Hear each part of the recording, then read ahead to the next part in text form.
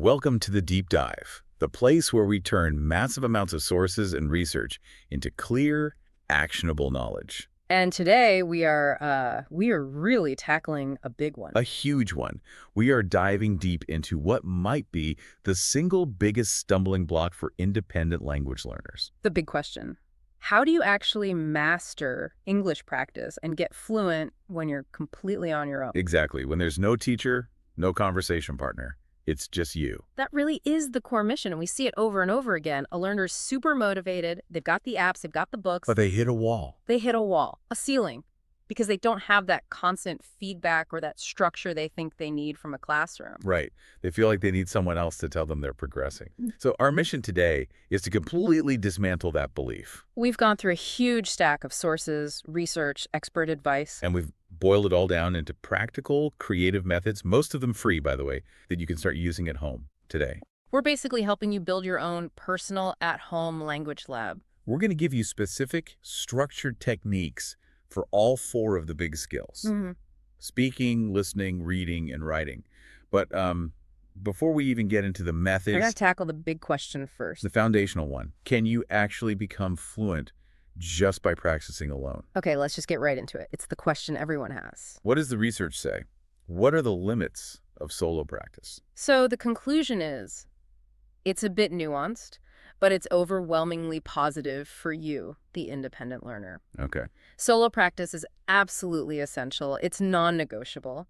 But we have to be honest, it's not the only thing you'll ever need. It's the foundation. It's the entire foundation. It's where you build your vocabulary, where you really solidify your grammar, sharpen your listening, and train your mouth to actually make the sounds. You can do all of that by yourself. So it's the engine room of fluency, the groundwork you have to lay. Precisely. We've actually started calling this the 70-80% rule. 70 to 80%. Okay, what does that mean? It means that 70 to 80% of the pure hard work, the grinding, the habit building, the repetition, The stuff that makes the language automatic in your brain. that's it. All of that is on you, and you can master it alone. That's a huge chunk of the journey that is completely within your control. It is. But that last piece, that remaining 20 to 30%. That's the bridge to true, spontaneous fluency. Right. That part requires real, unpredictable conversation with other people. It's where you learn how to handle a question you didn't expect or react to an opinion you don't agree with. The messy human part of language. Exactly. Language is a tool for connection, so you can't get to 100% mastery without that spontaneity. But and this is the key thing for today. If you don't master that 70 to 80% on your own first, Then when you finally get those real conversation opportunities, you won't be ready for them. You won't be able to make the most of them. so today we are laser focused on that huge part you control, on giving you the tools to conquer that 70 to 80%, starting with the one skill everyone is afraid to practice alone. Speaking. Let's start there. Because speaking to an empty room, it just feels weird. But our sources point to 5 incredibly effective ways to get over that awkwardness. And build a massive amount of speaking time. Okay, method number 1 is all about volume and consistency. We call it narrate your life. I love this one. It's my favorite because it just slips into the cracks of your day. It turns dead time into practice time. The method is simple. You just describe what you're doing, thinking, or seeing in English.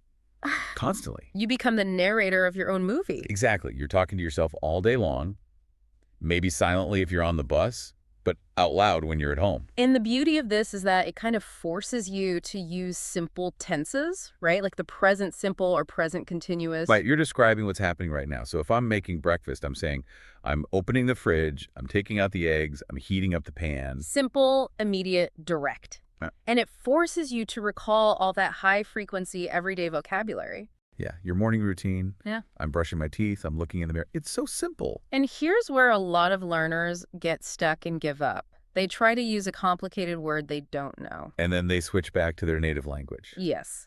The key here is to just keep the English flowing. If you don't know the word for spatula, just describe it. Say, the flat thing for the eggs, just keep talking in English. And the amazing thing is the sheer amount of practice you get. It's not a scheduled study session. No. It's 5 minutes here while you're waiting for the kettle to boil, 3 minutes there while you're folding laundry. It doesn't feel like studying. But it adds up. It can easily become an hour of extra speaking practice every single day. And that consistency is what makes the language automatic. It stops being a school subject and starts being a habit. Which is the goal. Okay, method 2. This one's called the imaginary conversation technique. This one taps into something we all do anyway, which is rehearsing conversations in our heads. Right. It's basically role-playing with zero pressure. It gets rid of that fear of making a mistake in front of someone. You just imagine a real-life situation and you play both parts of the conversation. For example, ordering a coffee. You play the customer. Hi, I'd like a large latte, please. And then you switch and you're the barista. Sure thing. Would you like any sugar with that? It's perfect for practicing those transactional conversations you know you're going to have if you travel. Absolutely. Checking into a hotel, asking for directions. You can practice them until they feel totally natural. But it's not just for simple stuff. You can use it for high-stakes conversations, too. Yeah. Like a job interview. Oh, that's a great use for it. Practicing your answer to, so tell me about yourself. Out loud, in a safe space, where you can mess it up a dozen times until you get it right. No pressure from a real interviewer. And you can try out new vocabulary, new phrases you just learned. If it sounds wrong, who cares? Nobody's there to judge you. It's the ultimate linguistic sandbox. You can build sentences, tear them down, and rebuild them until they feel perfect. That psychological safety is it's a huge barrier removed. Which brings us to method 3, where we add a really critical element. Self-correction.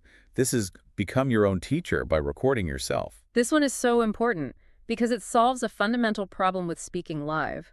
Which is? Your brain is so focused on just producing the words that it literally doesn't hear many of your own mistakes. It just filters them out. So you just use your phone's voice recorder, record yourself talking for a minute or two, tell a story, give your opinion on something. And when you play it back, that recording is like a cold, impartial editor. It doesn't lie. No, you'll hear that you pronounced a word wrong, or that you used the wrong verb tense, or that you said 20 times. The recording gives you objective data on where your speaking is breaking down. The tip here is to start small. Just record for 1 minute. When that feels easy, go to 2 minutes, then 5. And the sources really recommend making this a scheduled habit. Like every Sunday, you record a 5-minute summary of your week. And here is the motivational hack. This is the best part. Oh yeah, this is a good one. Save your old recordings. After a month or 3 months, go back and listen to your first one. And you'll hear the progress. You'll hear it so clearly. You'll think, wow, I sound so much more confident now. I'm pausing less. And that audible proof of improvement is the best motivation you can get. Yeah, it really validates all the hard work. Okay, on to method 4, which combines reading and speaking. Reading out loud. This one is so simple, but so powerful. You just take any text, a book, an article, anything, and you read it out loud. Why is this so much better than just reading silently? Well, there are 2 big reasons. First, it's physical. It's a workout for your mouth, your tongue, your lips. You're training the muscles to make the English sounds. Exactly.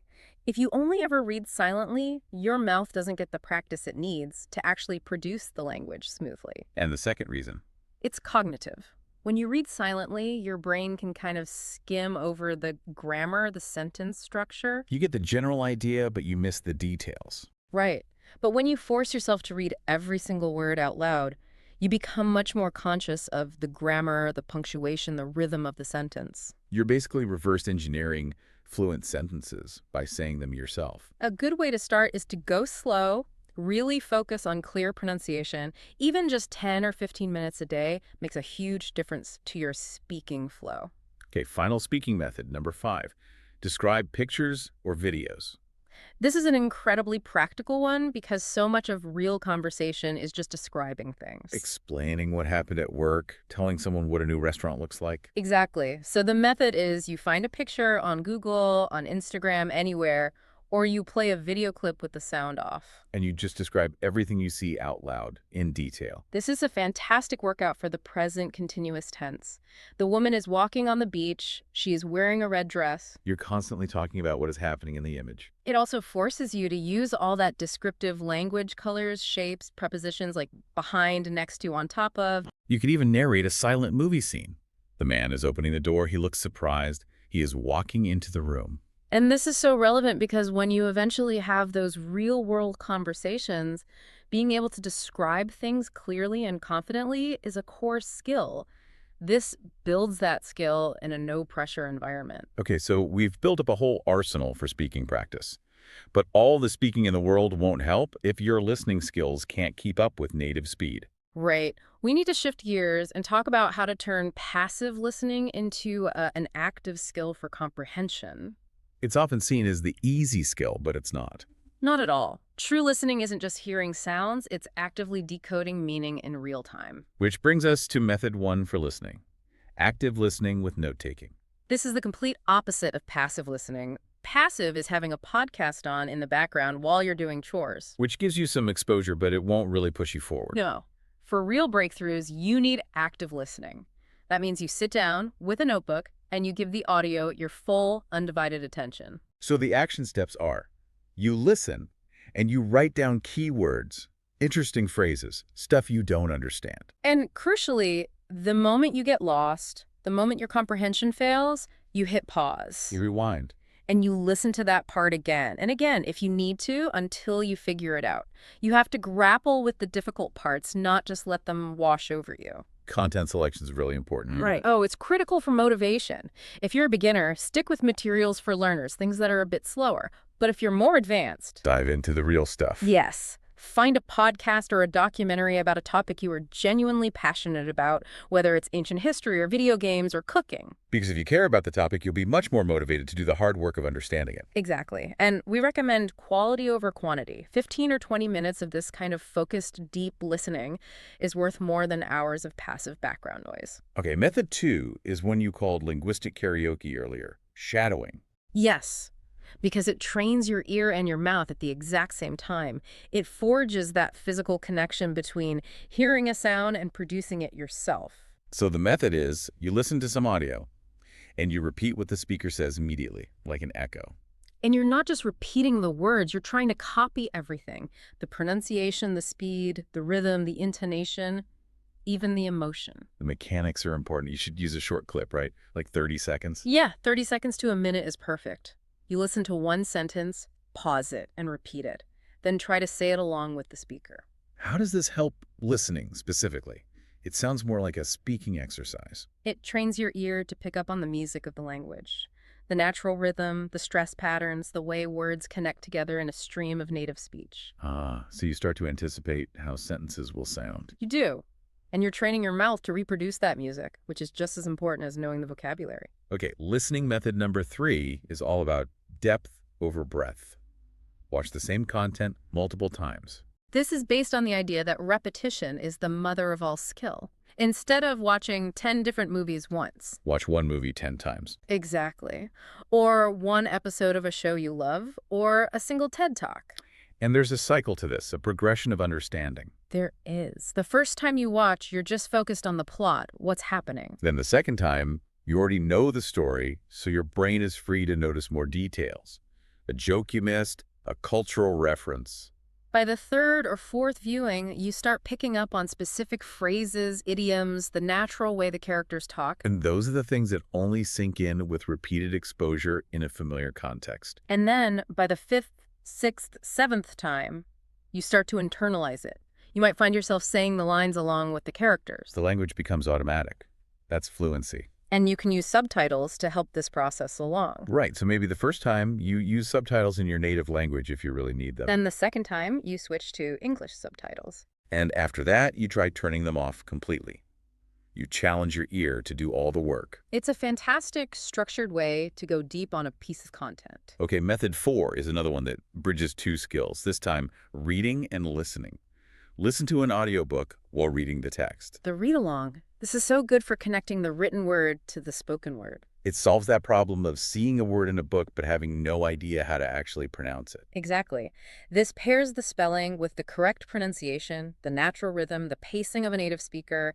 It takes all the guesswork out of it. And it's easier than ever to find materials, libraries, services like LibriVox for free books. And the key tip here, the most important part, is to choose a book that is slightly below your current reading level. Why below? That seems counterintuitive. Because the goal isn't to struggle with vocabulary. The goal is to absorb the flow and rhythm. If you're stopping every 10 seconds to look up a word, you're destroying that flow. So you want to understand most of it already, so your focus can be on linking the sound to the sight. Precisely. This is a great thing to do for 15-20 minutes before bed. It's relaxing, but also incredibly productive. Okay, our final listening method, number 5. This one is probably the most intense, but gives the biggest payoff for accuracy. Transcription practice. This is basically dictation that you give to yourself. So you listen to a very short audio clip, maybe 30-second. And you pause it, and you write down word for word exactly what you heard. That sounds really hard. Why is it so crucial? Because when you then check what you wrote against the actual transcript, you will see all the little things your ear completely missed. It forces you to hear every single detail, not just the general meaning. And this is where you really learn to hear things like connected speech and reductions. Okay, let's define this. What's connected speech? It's when the end sound of one word blends into the start of the next, like how an apple can sound like an apple. And reductions. That's when sounds or syllables get shortened or even disappear. The classic example is going to becoming gonna. If you haven't trained your ear for that, you'll think you're hearing a word you've never learned before. Exactly. And there are also weak forms where unimportant words like for or a get pronounced really softly, like fur instead of F-O-R. Transcription practice trains your ear to catch all of that. It's like taking your listening skills to the gym. It is a serious workout, so we recommend doing it maybe just once or twice a week to avoid burnout, but it will dramatically improve your listening accuracy.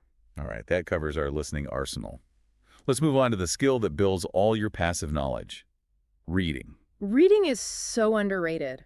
People think it's slow, but a strategic approach to reading can build your vocabulary and fluency faster than almost anything else. So method number 1 for reading is all about volume. It's called extensive reading for pleasure. This is the opposite of the kind of intensive analytical reading you do in a classroom. Okay, so what's the difference? Intensive reading is when you take a short text and you analyze every word, every piece of grammar. It's slow and methodical. And extensive reading Is when you read a large amount of material, books, articles, whatever you enjoy, for the pure pleasure of it, without stopping all the time to look up words in a dictionary. You're just trying to follow the story and have a good time. Yes. And this acts as a fluency engine. By reading a lot, you get massive exposure to words and grammar patterns in their natural context. So if you see a new word 5 times in one chapter, your brain starts to figure out what it means from the context, even if you never look it up. Exactly. Your brain is a pattern recognition machine. It learns words much more deeply from context than from a memorized definition on a flashcard. But how do you make sure you're not just wasting time with a book that's too hard? That's the crucial level check. The material has to be easy enough that you understand 90 to 95% of it without a dictionary. If you're stopping every sentence, it's too hard. It's too hard. Put it down, find something easier. The goal is flow and enjoyment.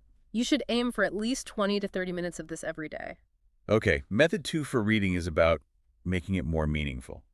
Reading with purpose. This means you're not just reading for the sake of reading English. You're reading to achieve a different goal. Like what? Well, maybe you're reading to learn about a topic you love. If you're into fitness, you're reading articles about nutrition. If you're into history, you're reading about ancient Rome. So English is the tool you're using to learn something else you're passionate about. Right. Or you might be reading to find the answer to a specific question, like, how do I build a website? Or what's the best way to train for a marathon? You're killing 2 birds with 1 stone, as they say. You are. And the language sticks in your brain so much better because it's attached to information that you actually value and want to remember. That makes perfect sense. Okay, that covers reading. Let's move on to our 4th skill, writing and how to practice it beyond just boring textbook exercises. Writing is where you get to slow down and really think about the language. You actively choose your words, you structure your grammar. It solidifies everything else you've learned. So, method number 1 for writing is simple and personal. Keep a daily journal in English. Just write about your day, your thoughts, your feelings, like a diary. Why is this so much more effective than writing an essay on a random topic? Because it's about you. You are trying to express your own real thoughts and experiences. The content is meaningful to you, so you're much more motivated to find the right words. And it doesn't have to be a lot. It can be just 5 or so sentences a day. Absolutely. Today was a good day. I had a productive meeting at work. I ate pizza for dinner. The goal is just to get your thoughts out in English, not to write a masterpiece. And what about mistakes? People get so worried about making mistakes. Don't worry about them while you're writing. That just stops the flow. Just write. Afterwards, if you want, you can use a tool like Grammarly to check it or just read over it yourself. Separate the creative act from the editing act. Yes. Okay, writing method number 2. Write about what you're learning. This is a fantastic way to reinforce new knowledge. After you read an article or watch a video, You write a short summary of it in your own words. this has a powerful dual benefit.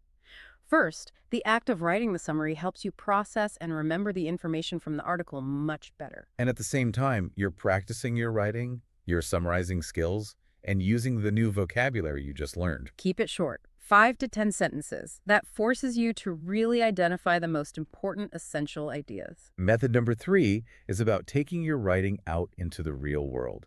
Engage on social media and forums in English. This gives you something that solo practice usually lacks: an audience. You're not just writing into a void. No. You go find an online community on Reddit, on Facebook, in YouTube comments that's about a hobby you love, photography, gaming, whatever, and you participate. You comment, you ask questions, you reply to people. And you get responses from real people. It becomes a real written conversation. It's authentic practice. The tip here is to kind of lurk first, right? Read other comments to get a feel for the tone. Yes. Is it super formal or is it casual and full of slang? And don't worry about perfect grammar. As long as you're communicating clearly, people are usually very friendly to learners. Okay. Method 4 is a more advanced writing exercise.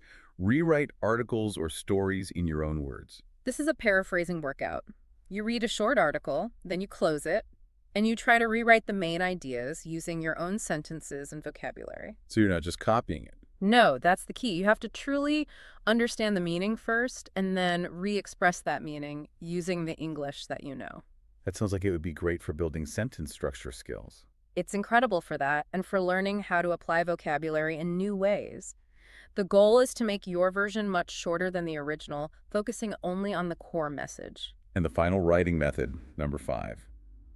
Practice different types of writing formats. Because real life isn't just essays. Right. We write emails, text messages, product reviews, instructions. All the time. So you need to practice those specific formats. Sit down and write an email to a friend making plans for the weekend. Or write out step-by-step instructions for your favorite recipe. Or draft a review for a product you bought online. Practicing these different styles prepares you for the kind of real-world writing you'll actually need to do. Okay. We have now covered all 4 individual skills. Let's get into the comprehensive methods, the ones that tie everything together and create a true immersion experience at home. These are the ones that really accelerate your progress because they force you to use multiple skills at once. Method 1 is called the teach yourself technique. You pretend you're a teacher and you give a lesson out loud in English on any topic you know well. So if I'm into history, I could give a 5-minute lesson on World War II. Exactly. And to do that, you have to organize your thoughts logically, you have to speak clearly, and you have to use specialized vocabulary. It combines so many skills. Plus, they say the best way to learn something is to teach it.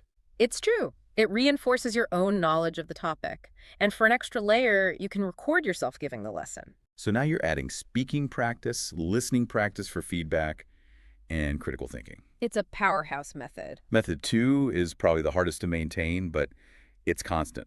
204/7 practice. The Think in English Challenge.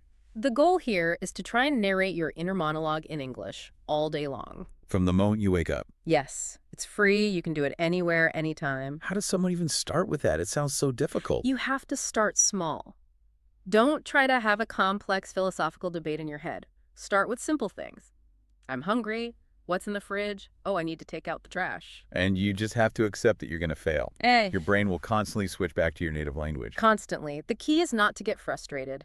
The moment you notice you've switched back, just gently guide your thoughts back to English. No judgment.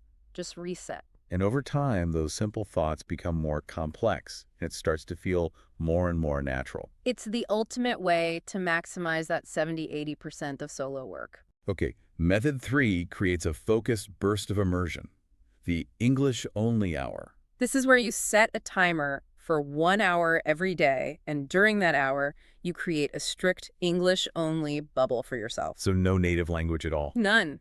You only read, write, listen, and speak in English, even when you're talking to yourself. And during that hour, you can mix and match all the other methods we've talked about. Exactly. You could do 20 minutes of active listening, then 15 minutes of journaling, then some mirror practice. And what happens if you don't know a word for something you want to think about or say? That's the most important rule. You're not allowed to look it up in your native language. You have to try and describe it using the English words you do know. That's called circumlocution. It's a massive fluency skill. A huge one. Wow. It trains you to keep a conversation going, even when you have a gap in your vocabulary. This 1-hour daily habit can build progress incredibly fast. Method 4 adds a visual element to your speaking practice. The mirror practice technique. So you stand in front of a mirror and you talk to your reflection. It sounds a bit strange. But it gives you feedback you can't get otherwise. It gives you visual feedback on your nonverbal communication. You can see your facial expressions, your body language, how your mouth is moving when you make certain sounds. All that stuff is a huge part of communication that learners often forget about. It is. And it's also a great way to rehearse. You can practice introducing yourself or telling a story and see what you look like. It builds a lot of confidence just seeing yourself successfully speaking English. 5 or 10 minutes a day during your morning routine is plenty. Perfect for that. And finally, our last comprehensive method, number 5. Create an English learning environment at home. This is about changing your physical space to constantly remind you of English. So your environment is doing some of the work for you. Right. And the steps are really easy. First, change the language on all your devices to English, your phone, your computer. That forces you to learn all that tech vocabulary. Then use sticky notes.